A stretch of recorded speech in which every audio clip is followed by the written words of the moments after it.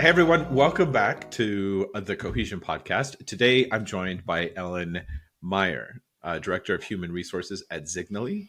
Ellen is a seasoned HR leader dedicated to optimizing remote working environments and empowering talent. With a proven track record in HR and organizational psychology, she creates an inclusive, growth-oriented environment for the Zignaly team. Ellen, welcome to the show. We're excited to have you. Thank you for having me. I'm so excited.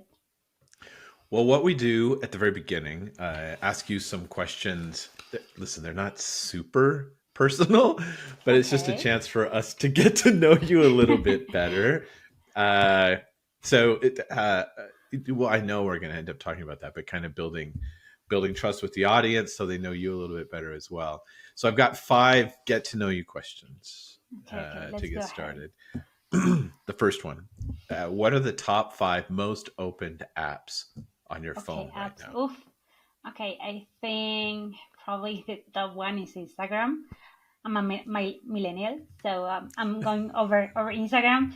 TikTok is not for me, so probably Instagram. But after that, it's only a few things that I use. Probably Twitter X to Oh review the yeah. news. And then one app that is pregnancy pools because I'm pregnant. So I always go and check if there is any update. And after that, I probably will say like Google Maps and Google Maps and a Google Authenticator, and that's it. Like I don't use my phone. I only when I want to scroll, I do it. Then I forget my phone in some place of the house. So that's on my part. Wow, that's it seems healthy that you forget your phone, leave it somewhere in the house, Yes. and live your life. Another app that I use a lot, Duolingo. I love it. I love it. Yeah, I love Ah, languages. I love languages. So I'm learning Italian. That is my fourth language. So yeah, Italian's your 4th language. yes. Oh wow. What level are you on Duolingo? Do you know off the top of your head for Italian? For now, I'm able to understand everything if an Italian person speaks, but I'm really shy to talk yet. But yeah, I don't know. It's fun. It's fun. I know. I love languages. I know what that's like. A lot of people, if you haven't learned a foreign language, you don't know the I understand everything, but I don't say anything. Yeah. Yeah, I know what that's like. Well, what is a common myth about your field of expertise? A common myth.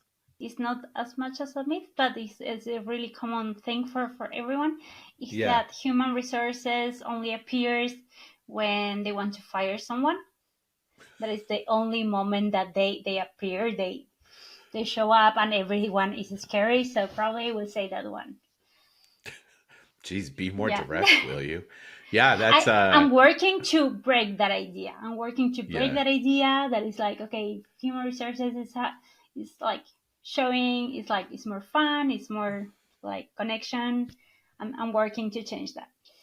Yeah, we are seen sometimes as the grim reaper. Like it's no fun to join a meeting and HR isn't on the meeting, and then all of a sudden HR is there on the Yeah. meeting. You're like, okay, yeah, now I know You're what this out. is Like, about. I think for everyone that knows that, like, if HR connects from the blue, is that you're out. So, yeah. you're, you're you're done. So, final one: if you could get the answer to any mystery, Oh, what would it be? So, like, think about I don't know, X anything. Files, aliens, whatever. Okay. Like any mystery, what would it be?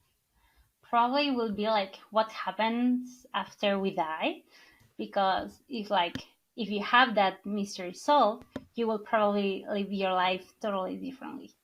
So I think that will be interesting one to have the answer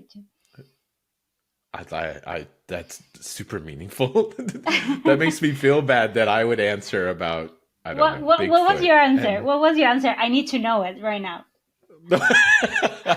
What is yours? Prob- listen, probably aliens. Okay. I probably would want to know it, but now I want to sound more poetic and no, I want to know what happens after we die, or I don't know, like what's the structure of love? I don't know. Like now, I No, want but to the sound. thing is, like, if you know, for example, if you know that the soul lives after, maybe there is like everything is possible, like aliens are possible, everything is possible. You can travel the galaxy. I don't know. I think that opens a really big like window to everything. I like love it. They're all tied together. Yeah. Yeah, yeah. If we know, then aliens are possible, which is great. All right. Well, let's talk a little bit about Zignaly. I know that Zignaly has a unique culture. It's distributed worldwide. Can you explain how you cultivate a culture of trust, transparency, and independence at Zignaly? Yes, of course. So before I started to commenting, I want to comment something that I read this week. It was, I think, the CEO of Spotify, and Mm-hmm. they were asking him about like remote work, and his short answer was, "We do not hire children," and I love it. And Wow. I love it because when I'm always talking, for example, with candidates, I comment like in Signally, we really trust everyone. We trust that everyone is a responsible adult. So you don't need someone micromanaging you. You can do the best job at your time or your path. You can organize your life around it. And I think it's also really connected with the values that we have. On one side, we really trust the people that we work, and we know that if they are in Signal, it's because they love what we do. They want to be part of, they want to add their work and to make it better, so everyone can grow and thrive in a really great culture. I think that also starts when you're hiring someone. Mm-hmm. It's like we put like a lot of effort in the kind of people we hire, that they are aligned with our values, so we start from scratch with a good relationship. Mm-hmm. So we hire the top people in Web3. Some other people doesn't came from crypto, but we try with everyone. We develop some of some of the teammates. They never worked remotely before, so it's a Oh wow. challenge as well. So yeah, but I think like if you have the growth mentality, like you can learn everything. You have no like you have no ceiling. Mm-hmm. Everything that you think is possible, you can do it if you put the effort. And I think it's really interesting seeing everyone that has full flexibility. For example, in Signally we have unlimited vacation days, so Yeah. that is also great. Like if you are tired, if you're sick, if your kids are sick, if you need to go, if you need to do an errand, it's okay, you can have your life and you can organize the work in the way that is more efficient. I don't know, some people love to work at night, some other people love to work at morning, and we provide the flexibility to everyone to say like, okay, I trust you, you're a grown up person and you're really responsible. You have this task, for example, or this project to complete, and I trust that you will do it in the best way. Yeah. So I think that it's great because you can see the people thrive in that environment. It sounds like, and correct me if I'm wrong. Like I'm wrong 72% of the time. Um, so it sounds like you start with this like we don't hire children, which I love that that's what the Spotify CEO said. And then one way that you create trust is by trusting on your side. So as a leader, as a company, whatever, you just say and illustrate, we trust you. Like get Yeah. your work done when you need to get your work done. Do we hire talented people? We don't hire children. We trust you. Like you illustrate that really clearly. Is there well, first, is that right? I mean, one way that you establish trust with your employees? Yeah, I think we part from the base that Yeah. everyone is amazing. So it's not that you're like a really bad person and need to see if you're able to do the work. No, because we hire top candidates. We Yeah. hire the best people that exist. We hire for Signally. So if I already hire you, if I'm able to say, okay, I will pay all this money into you, why I will not trust you? Like, Hmm. I will hire you to do a job and then I will not be sure that you're able or capable to do it. That is Yeah. insane. And for me, for some companies to keep working on that way is insane. It's like, okay, I hire the top talent. I trust that they can do amazing things and they will have the freedom to make the company better because That they know ch- how to do it in their spot. yeah, that changes that changes everything culturally. It feels like because you're in a first you're saying to everybody, if you're here, you're talented. If you're here, you're amazing. Like we know you're amazing. So if there's anything that's not working, performance wise or communication wise or collaboration wise, it's not an immediate uh, oh, they're not good at their job. It's more an immediate, like, listen, we know you're talented. We know you're good at your job. We know you're good at this work. There's something else going on that we need to work out to make sure that you can thrive instead of the immediate, they're in the wrong role or they're, that's changes everything when you Yeah. start that way with them. Yeah. I love that. And it's Is there, also, I think, is different for the person that is starting, because, for yeah, example, if you're starting in a company that they are like you, it's your first day, and you have your boss in your shoulder checking everything that you do, the yeah. most possible thing that you will do is that you will make an error or several Hmm. errors because you're afraid to make an error. So it's like in our side it's the opposite. It's like, I know you're going to do amazing, do it in the way that you feel the most comfortable doing it. Well, this is what we get having an psychology expert on the show to Yeah. understand this better, which I love. Is there is there anything else? So, apart from trusting them Yeah. and making sure that they know, hey, you're a grown up, you're an adult, like manage your time. We know you're talented. Is there anything else that you would recommend to our listeners? Other ways to like build trust outside of that? Yeah, I think that having a good organization, a company that the operations works, it helps everyone. Because, for example, if the only record that you have of the track that you're doing, the project that you're doing, is just talking to people, you will have to be like, okay, Sean, have you done that? Have you done that? Have you done this? How we are on this project? But, for example, we work with Asana as Oh yeah, a project management. So yeah. that is great because only one person can be responsible of each task. So you can go to the project, you can see how much they progress on it, and you can have, for example, team leads. They have a weekly check-in with the Hmm. CEO, so they have the space to say like, okay, this is how my these projects are going. I'm having or I'm struggling in this part. Like, anyone else have an idea on how to solve this?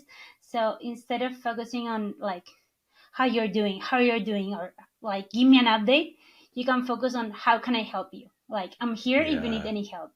So it's like changing the table, having everything organized is great because sometimes happen, and it's sad because it happens with the people that are the best people in each company. That if you have, for example, two employees, both of Yeah. them they have the same role. One is an overachiever, and the other person does less than the bare minimum. Yeah. Usually, what happens is that the team lead of those people is going to say like, okay, I'm going to put all the tasks to the overachiever. The Hmm. overachiever ended up really burned, really tired Hmm. because he's receiving probably the same pay as the other person doing 1,000 times more. So having things like Asana is great as well because you can see, okay, how many projects this person has, how many things they are working on, how many tasks do they have, are they overworked, are not, are they free, can I talk to them, they can help me on this, on that. So I think it's really great because you can see their workload as well on the other person and do not overwork them. Yeah. Yeah, I haven't even thought about that. Usually I like to try to be the overachiever. Um, but then what happens eventually is you're just beat, or you're going to miss something, and then the other. Yeah, that's a great way to think about it. Well, not that impact. It feels like you get the chance to have more meaningful conversations if every time you talk it's not what's the status, what's the status, what's the status. So how can I help you, but also um, legitimately, what did you do this weekend, or how are you feeling, Yes. how's the travel around the city with Google Maps, like whatever that is. That opens that up, so it's not constantly the task driven check in because I don't trust you. I think it's also really important to connect with people into a personal level. Yeah. I fully understand probably the top managers always think like, okay, we have to think in numbers, and of course, if the company is not thriving, if the company is not having like success and money, there is no company to exist, right? Right. But once you have your company, you also want to create a personal connection because everyone wants to feel that they are part of something, that if they miss today or if they are not here tomorrow, someone is going to miss them. Yeah. It's not that they're only like a person that is replaceable and everyone else can do their task. So I think it's really important to connect with people. It's like, okay, you are not only a developer. Okay, you're a developer that does this task, but I know you have a family, you have your kids. You commented to me last week that your kid was sick. How is your kid? So people have a life, and I think it's really important to remember that if we want the best people, we need to treat them as a people. Yeah. So they are person, they can change work anytime, Yeah. but they will not change their family, they will not change their life. So Yeah. it's really important to get connected with that as well. And I think that that is one of the things with remote work that you need to really work on, because you're not cursing everyone like in the coffee or anything like that.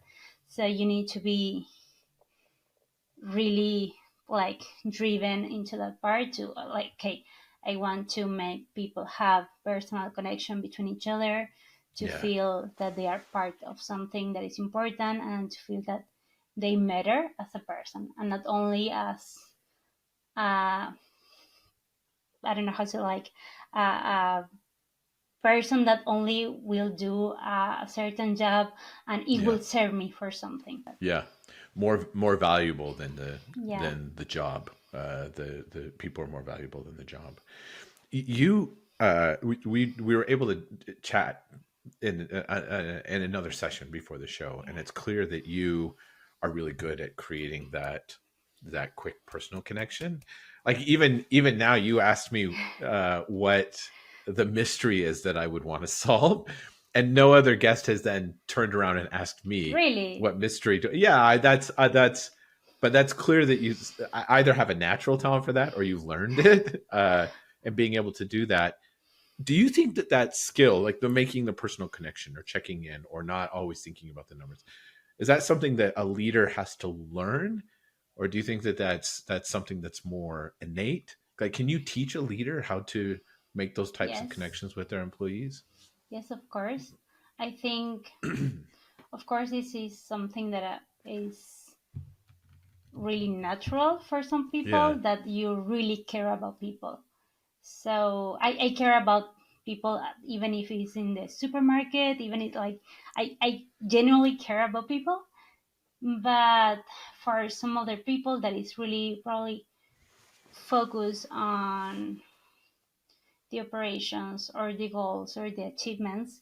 It's like it's really great for like, we are all learning in everything, and this yeah, is another part of the learning experience that we have to improve. It's like, okay, it's not only the important part about like achieving the things. If I don't have that personal connection, for example, a team leader with their team, they will not have that loyalty to them. Or even though, for I think in every company and in every every work that you do. There are some times that you have like really low amount of job, and there are other days or other months that you're working like crazy, tons of hours, and that's okay. And that is really common in almost every job. Yeah. But the only way that the people do that part happy is if they feel okay. So you have to connect with them. Is that, I don't know, I think it's really important, and I think that everyone can learn it. Is Yeah. just to, they need to change the mentality to it's not important, and to change it to is really important, because Yeah. this is like having, I don't know how to say, like a marine mentality. Yeah. Like Yeah. Yeah. they are your team. They Hmm. are your team. You have to be there for them, and it's not only they have to be there for you. You have to be there for them as well, and this Yeah. is really important. And getting get the personal connection. I don't know. For example, I remember different companies, or when I talked with other colleagues, and they were commenting a situation, and I was like, okay, but how is the life of that person? Yeah. And they had no idea if the person was married, if the person has a partner, if the person had kids. And it was like there is a full life in the back. Hmm. And sometimes people are really straightforward, and they can come to you and say, okay, like my parent passed away or stuff like that. And some other people, maybe everything is collapsing Yeah. behind them, and they will not say a word. So I think it's really important, and it's a really big part of being a leader, caring for this part. And if you do that, you will make a really big difference. And Hmm. finally, your company will make a really big difference, Yeah. because everyone will thrive. Yeah. That's a sometimes a hard sell for a CEO or somebody else. But then the results speak for themselves when you have employees that are engaged. And now, speaking of employee engagement, establish the trust. Once that's there, hopefully collaboration, communication, cohesion happens a little bit more. But you work at a company that's email free, Yes. and that's nuts for so many people to hear. Like we're getting close, to getting something like that. There's just some holdouts with finance or legal or something, but I can't imagine what that's like. I guess tell me a little bit more about that. Has it been email free the entire time you've been there? Like, how do you move to email free? That's really interesting. And then how does it affect the culture to be email free? Yes. I think that when you say email free is equal to clutter free. Like there is no other way to say it. You can find, if you have different tools, you can find the email of anyone on LinkedIn. Right. So when I open my email for X reason, I have hundreds of emails of people that I don't know. So it's really hard to focus, because you lost so much time going one by one, moving to folders, deleting, and everything. Zignaly was clutter free since it started. So we use the different tools. For example, for chatting, we use the Slack. So for example, Yep. if I need something from you, I can go to Slack and, hi Sean, I need this, and this from you. Can you please check it? But imagine if I, instead of going and send you a ping, a message, and you will see like probably 10 message tops from people. You go to your email and you have 300 emails That's from the true. weekend, 400 emails, and you will probably never see my ping, my message. And this is really crazy when you consider like you're wasting so much valuable time, because actually, like, if you're paying someone, time is money, Yeah. and you also have an amount of energy. And the crazy thing is that everyone that works with email, they start reading, checking everything in the morning. So That's right. once they finish that, they have no other energy for do anything else. They're tired. They don't even started working, and they are already tired. and you can miss important information, important updates, and everything. So Signally worked like this since the beginning. We Hmm. never used email as a communication tool. Yep. So I think that was really great because, for example, when I have to go to the email, I only go to send. Go to send and I check if any one of the people that I contacted for X reason, if they came back to me. I don't That's check it. my inbox. I don't check it. And I think they have like thousands and thousands of emails. And it's great because I can start my day with no clutter. I can go to Asana, check if there is anything new on my inbox from my team, any update, and I can help them. They can help me, and that's it. There is no clutter. Oh wow. How do you so I'm curious, so often Yeah. when we have to communicate something, so if it's annual review cycle or open enrollment for folks in the US, um how so often emails a big part of that. So I would like usually for most people it's like because it's going to be long or it's going to be have a lot of information that we need to share, and Slack most of the time is more short form, Yeah. perhaps in some of those situations, or it could get lost if you post to the general channel. Somebody else posts about their trip to Europe in the general channel, and it You kind of miss goes it. up. But how do you communicate some of these big things that we need to work with employees on, or make sure that everybody's on the same page, or even celebrating really big wins? Do you use Slack to do that? And if you use Slack, and or is there another tool? Or is there another way that you So communicate some of these big things? we try to reduce all the tools that we use. So, for example, if we need to connect in a video call, we use Google Meet. Yeah, If we need to have a short chat with someone, we use Slack. Inside Slack, we have the general chat when we say like good morning, everything like that. We have a random chat that is for anything random that can occur, like any trip, anything weird that you saw, anything that you want to yeah, share, anything regarding the market, like. And then I know that every team they have their own chat. They try to use it like only for things that are necessary, like, hi, please check Asana that I tagged you in something. But yeah, the great thing for us working on Asana is that you can have all the information and everyone on the loop in there. So you have the project. You can have, for example, if I needed to ask you for help in some task, I can tag you, and then I can add collaborators to the tag and say like FYI XXX persons, be aware of this situation, and that's it. do you, You need to see a 50 email thread in order yeah, to be aware on what is important. So yeah, I think is there email is something that we use for I don't know how many years already, and I don't know why companies improve it in so many parts, but they are still using email. Like you're losing a lot of money because people are tired, because things are not get done, and then they get mad because things are not get done. It's like you have this clutter in the middle that is making everything harder.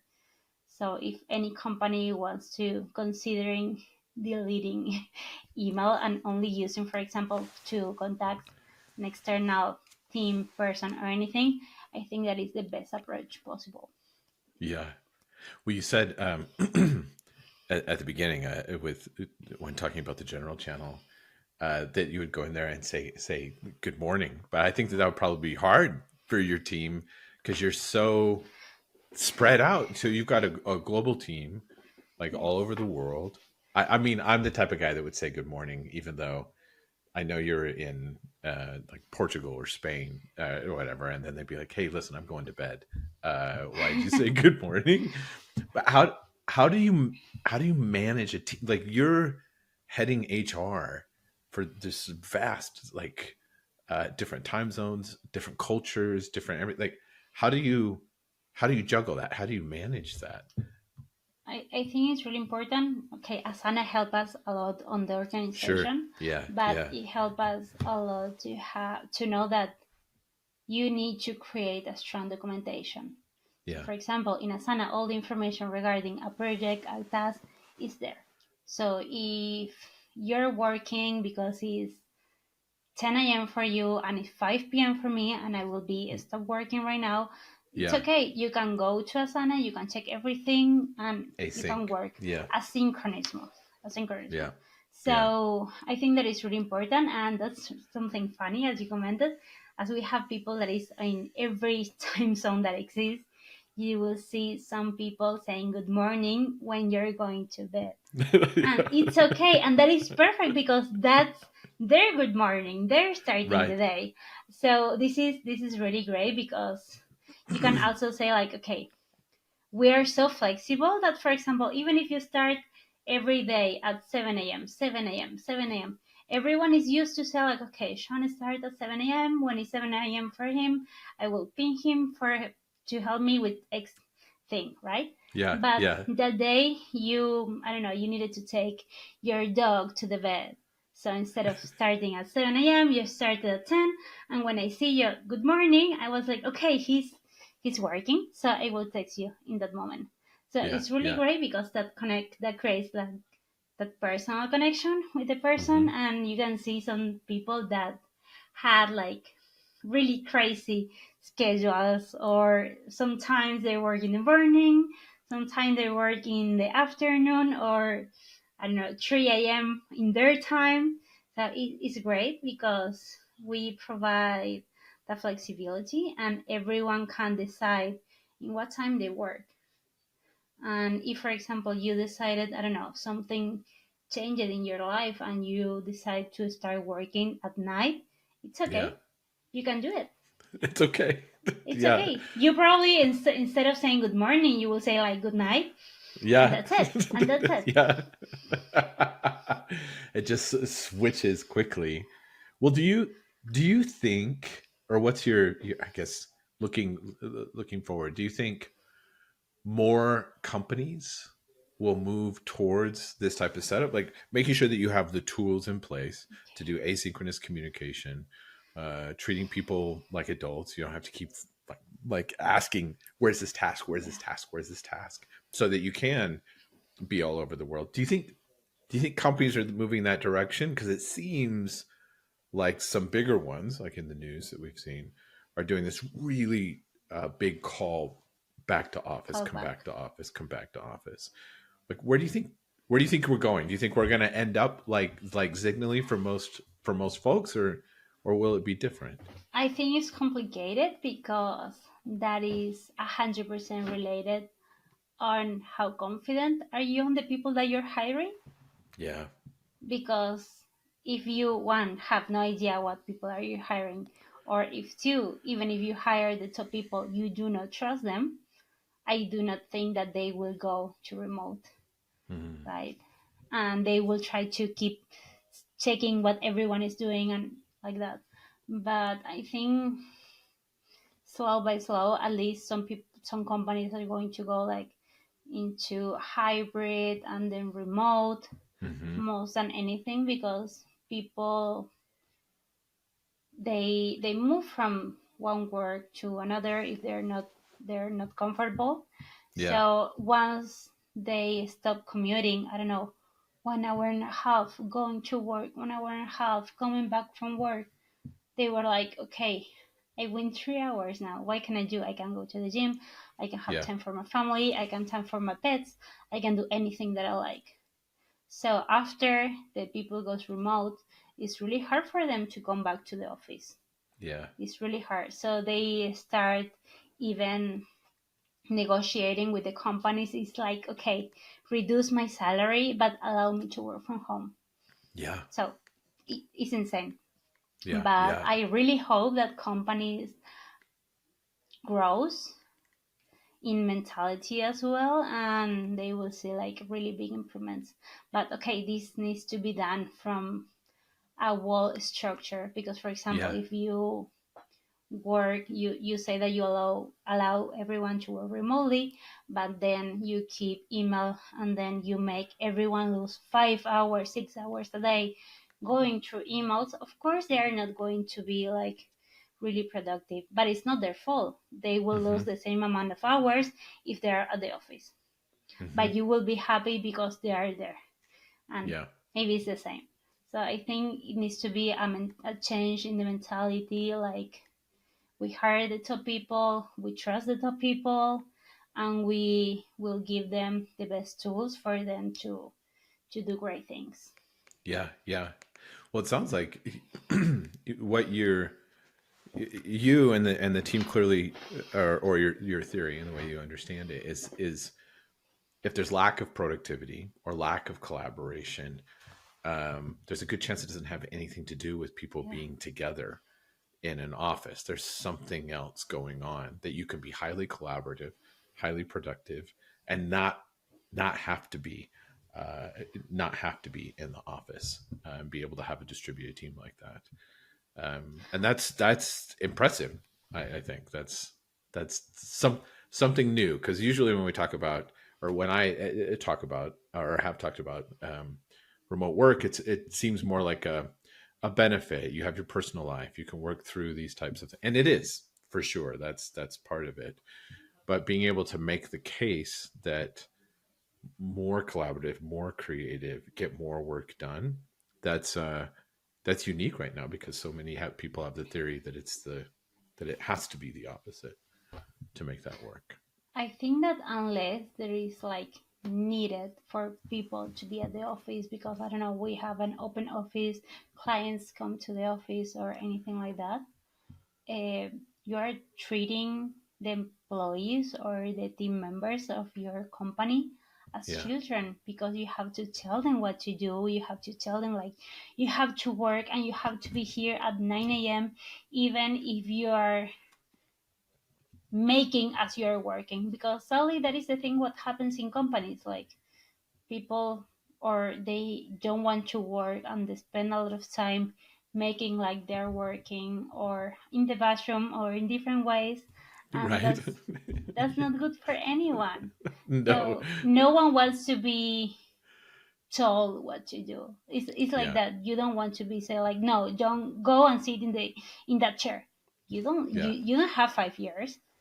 You would like to do the thing that you like to do. So I Hmm. think when you start thinking about working in an office, and when you really think about it, it's like, yeah, everyone is being treated like as a kid. It's like Yeah. when you were going to the school, like, you need to be here at this time, you Yeah. have the break at this time, and it's like, I don't like this. No, So I I really, know. yeah, I really hope that companies move and improve, because it will make like people happier. It will really increase the revenue, and everyone will be happy after that. Yeah. Yeah.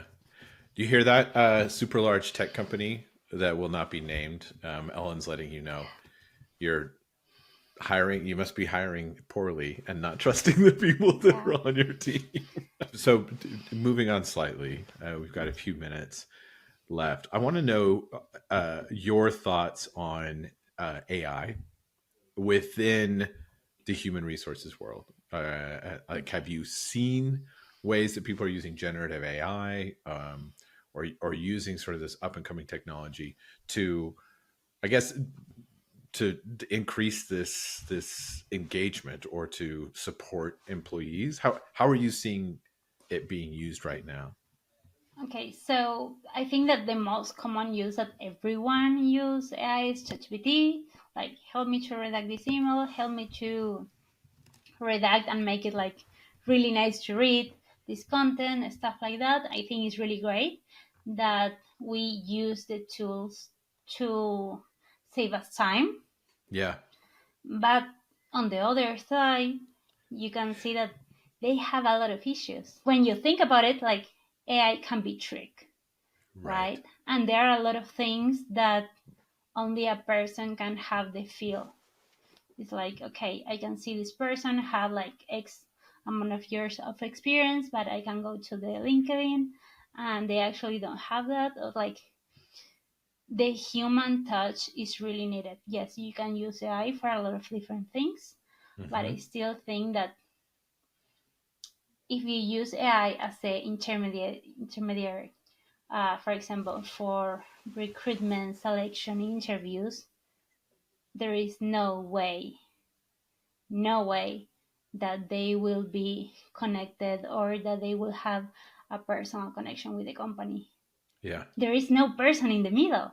Yeah. And in order to have a personal connection, you need a person. Yeah. Yeah. So there are a lot of tools that we can use to save us time, but at the end of the day, you don't want to complain or talk with an AI. Yeah. You want to Yeah. talk with a real person to help you or to solve that problem or to at least hear you.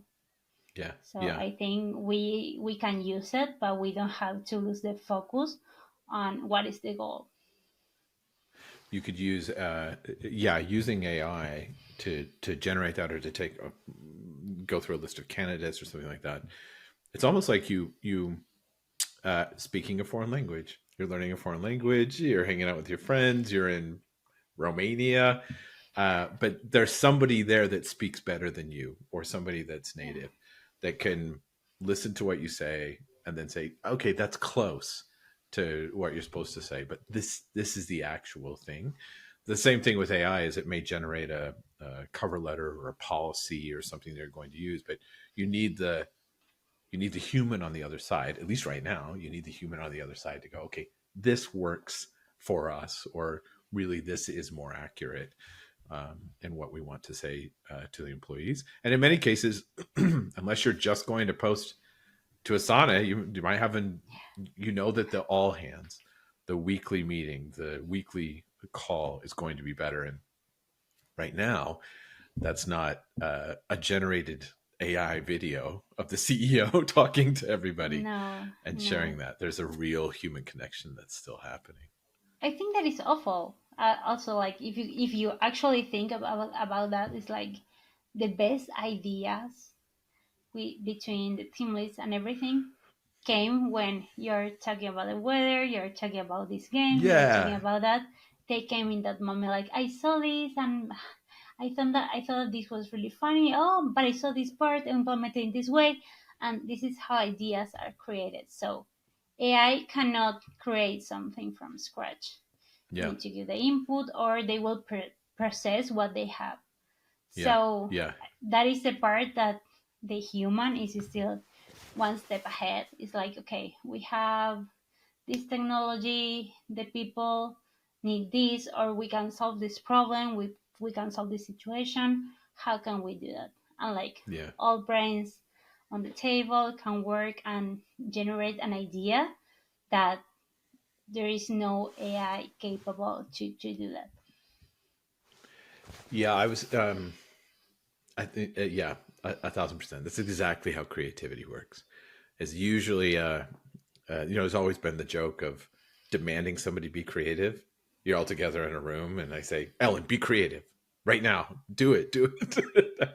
And it doesn't. Doesn't It work never. like It that. never works that way. Yeah, it never works that way. Yeah. Well, what's next for you? What's on the horizon for you, Ellen? Moving forward within the HR world, within the personal world. What's next? Okay, so I think few things. One is my maternity leave. I'm 7 months pregnant, so Oh probably wow! soon I will have to. Congratulations. Thank you. I will have to make a pause because the kid is not going to allow me. But yes, there is no other way to say it. But I'm really excited. Signal is growing a lot. Signal is doing amazing things for the people. I'm really excited to see everything that Signal is creating. Yeah, We are moving to blockchain, so it's a whole new world, the blockchain technology, and I think this is going to help a lot of people yeah, because finally our goal is to make everyone being financially free. So I think that is amazing, and that is something that also makes everyone so excited in the team. It's like, yeah, okay, yeah, it's not only like wealth for myself, it's wealth for everyone to achieve that. So I think that keep working on human resources, keep putting my grain of sand, and yes, keep working on personal projects as well that Yeah. I really love too. So yes, I think Lots a of little bit of building. that. Yeah. Well, it sounds like Lots of building. Yeah. yeah. It sounds like you so you may disappear for just a little bit while you're with the new edition and everything going on. But what are the ways that we can our listeners can stay connected to you or to follow Zignaly and what they're doing to create financial freedom for everybody? Where can we go? Yes, like simple. You can search me on LinkedIn. I think Okay. you will share the information. I also have my Twitter. I don't post much. I should do that. But I try to stay connected with all the messages and everything that they send me. Um, Other way is Zignaly website. We always post there everything, or Zignaly's Twitter X as well. We have and we post all the information, all the updates, and how people can improve their lives as well. So that, as I commented, I like people and I like to care about people. So if everything that I can do for any other person is say like, okay, there is a way that you can improve your life over financial freedom, you can do this. And if I'm the middle person to let you know that this exists, I'm happy to do it. That's fantastic. Yeah, thank you so much for being on the show and everything that you've shared about, treating folks like adults. They're talented, Yeah. they're capable, and showing them that. I really appreciate it. It's given me a lot to think about and hopefully a lot to implement in my career as well. So thanks for joining me. Thanks for joining us. Thank you. It was a real pleasure. I hope that we have the opportunity to talk again. Yeah. And thank you for inviting me.